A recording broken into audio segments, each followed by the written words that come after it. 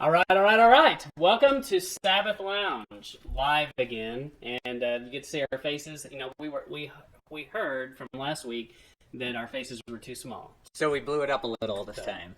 so I hope you like it up close, because I can't do anything about this. Right. Plastic surgery is way too expensive, and I don't know that there's a lot to work with here.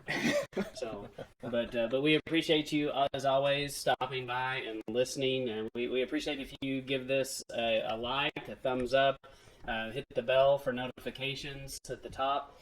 And we also ask that you would share this with someone if you find this to be useful. If it's meaningful, please share us as we try to grow the channel. And, there's no money being exchanged here. It's not like we're becoming rich because we're doing this. So this is all. We just feel like Yahuwah has put us on a mission to help educate people, and we feel like we're learning too. We don't claim to have everything figured out or all the answers, but we're just students of the Word, like hopefully you are. And we hope that what we do, it drives you deeper into the Word for you to research these things yourself. So, well, today we are joined with a special guest visitor, and this is Michael Trinkman. Howdy. Michael, we really appreciate you coming on. And My Michael, pleasure. can you tell us a little bit about your background? Well, my background. I started studying Torah at the tender age of 13, which was last year. No. And in seminary, I never could really quite get to get things to jive, because you have dogma that's been around for 2,000 years that is based on Greco-Roman concepts.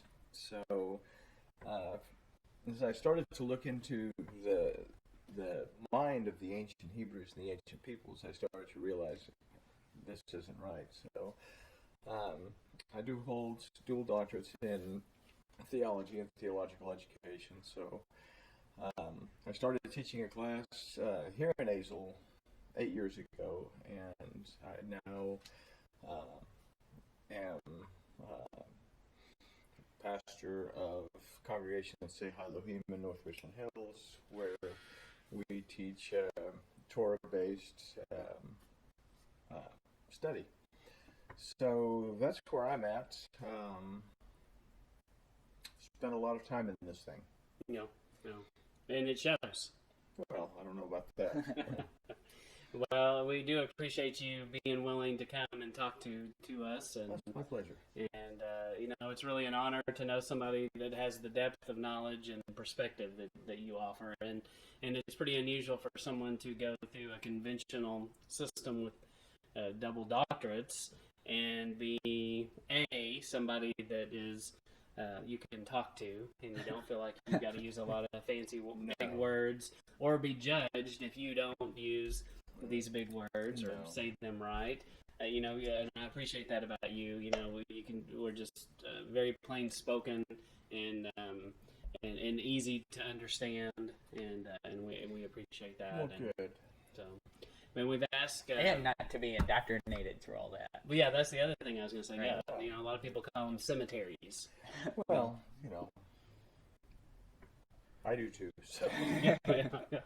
Yeah, so it's pretty amazing that Yahuwah definitely has been leading you, and you were obedient to Him, and we appreciate that. So, All right. it definitely is not always the path of least resistance to go down this way. No. So, but what we've asked is during the week we ask people to submit questions for our Torah expert, and here we are. So the deadline was Friday at noon, and we have some questions, and so we're just going to go through these questions, and we'll get as far as we can go, and we will continue this segment at a later date. So, Jake, I think you've got some questions, and we'll just start. I look forward to that. When is the expert getting here? He'll be here momentarily. We hope he shows up. He called ahead. There you go. So yeah, we'll just kind of go through and see what we can glean off of here. So the first question was in regard to this discussion of the rod versus the staff and how those things interact together and the purpose of those things. And so from your perspective, do we need to carry our own staff today, or is this a metaphor? And then there's a follow-up to that. So, Well, I carry a staff when I go hiking in the woods. I think that's a good practice. I don't carry a staff with me when I go to the grocery store. So we have to look at that more metaphorically. And there are things within Torah, a lot of things within Torah, that if we are not familiar with the Hebrew alphabet, for example, we miss the meaning of a lot of metaphors. The staff, lamet, okay, the ancient pictograph of the letter lamet is a shepherd's staff, a shepherd's goad, and lamed is a Hebrew word. It's one of the words that means instruction, guidance. So we must be willing to carry the instruction and the guidance that comes from the Torah with us every day, without necessarily carrying a staff. Right. I think it'd be kind of cool to have a staff sometimes. I've got a great collection. I look forward to my knees going out every once in a while so I can carry my really cool cane that I have. Yeah. Well, Micah at an early age, I was a school teacher and I had summers off, and we went to national parks, and we had a national and state parks, and so we made a big walking stick, and then I would get badges, and we covered that with badges to kind of show all the places he went, and that became that was a cool thing to do. And so now he's got a walking stick that's covered in all these places that he's been. So yeah, but probably some metaphors in there too about life as you go through. It does kind of change who you are a little bit, in kind of the same line. And then the follow-up to that was that it says, I think Aaron's staff is grafted into the tree, the vine, the kingdom of heaven, and it grows a root, the root of Jesse, some connection to that. And then Yeshua first came as a shepherd with the staff, and he will enter a second time carrying the rod of discipline and the staff. And then this says, my thinking, drawing a parallel to the olive tree, the almond tree, grafting concept, budding and rooting. Do you see a lot of connections? There's a lot in that question. Yeah, I think that's a mouthful. Yeah.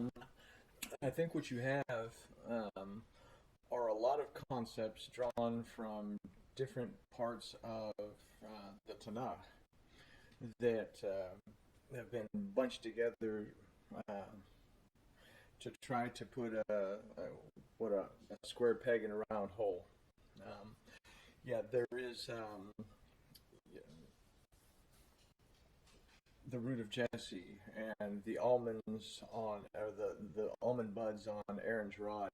These are all separate concepts that, yes, they deal with instruction, but they deal with instruction from different points of view. Okay. So that's a question that would really have to be dissected, and then each one of those topics fleshed out, right? Brought into line. Yes. Okay. I think this is probably the first question that comes up when you're asking about the rod and the staff. What's the difference between the staff of Yah and the rod of Yah? Okay. We would go to everyone's favorite funeral psalm, the 23rd psalm, to kind of get an idea. It's Jehovah is my shepherd. I don't lack. He makes me to lie down in green pastures. He leads me beside the still waters. Okay?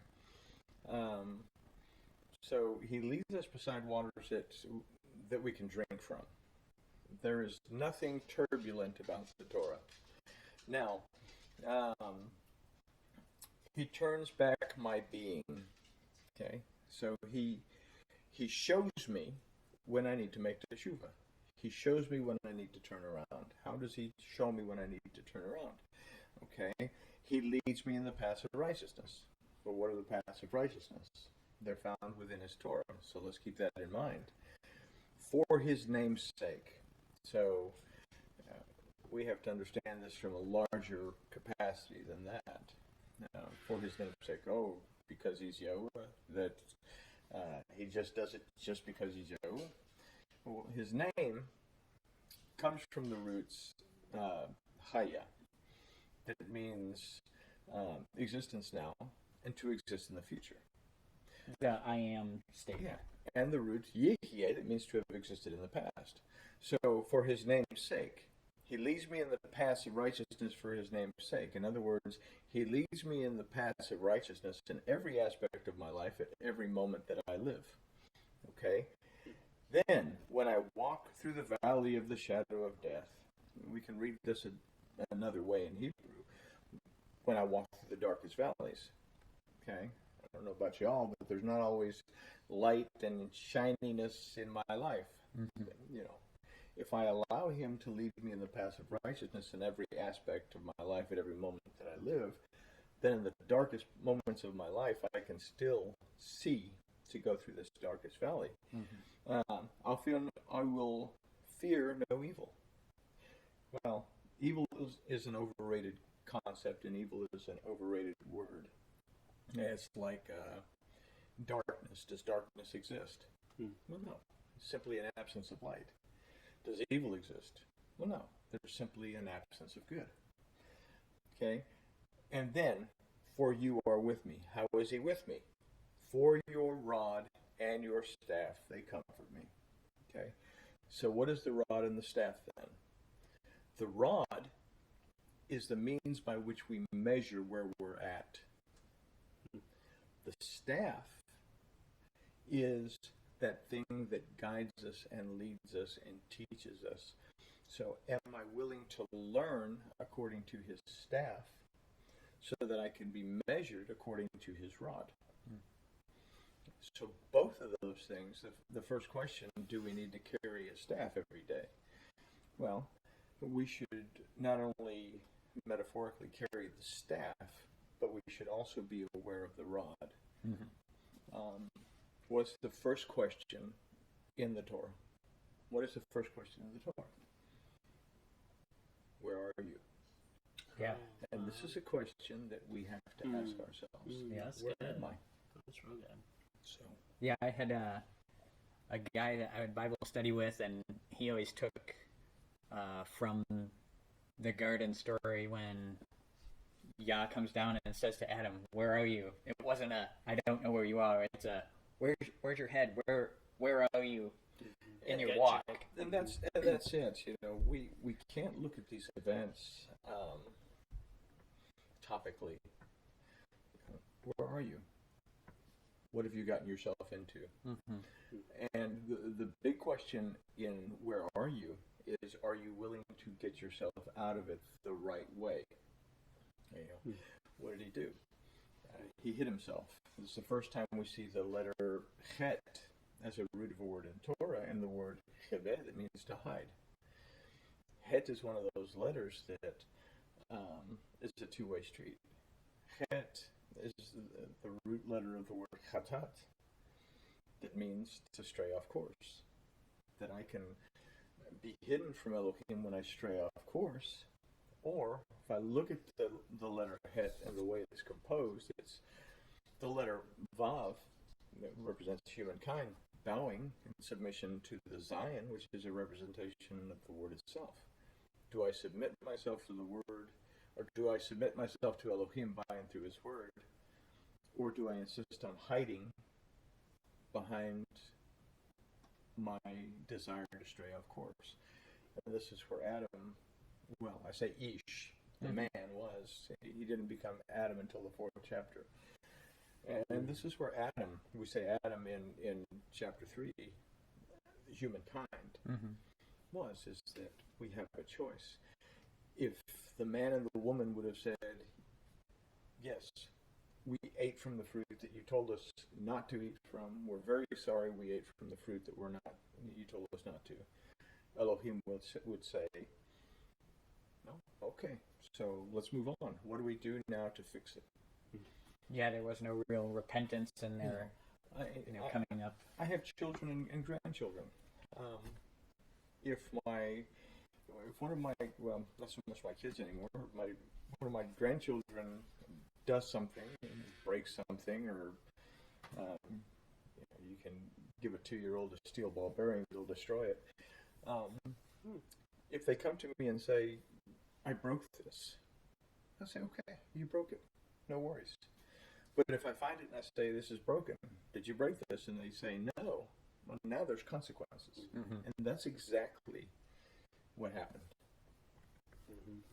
I don't know where all that came from, but no, that's good. Well, what's interesting, even the concept, what you're saying about rod being a tool of measurement, it actually was. The rod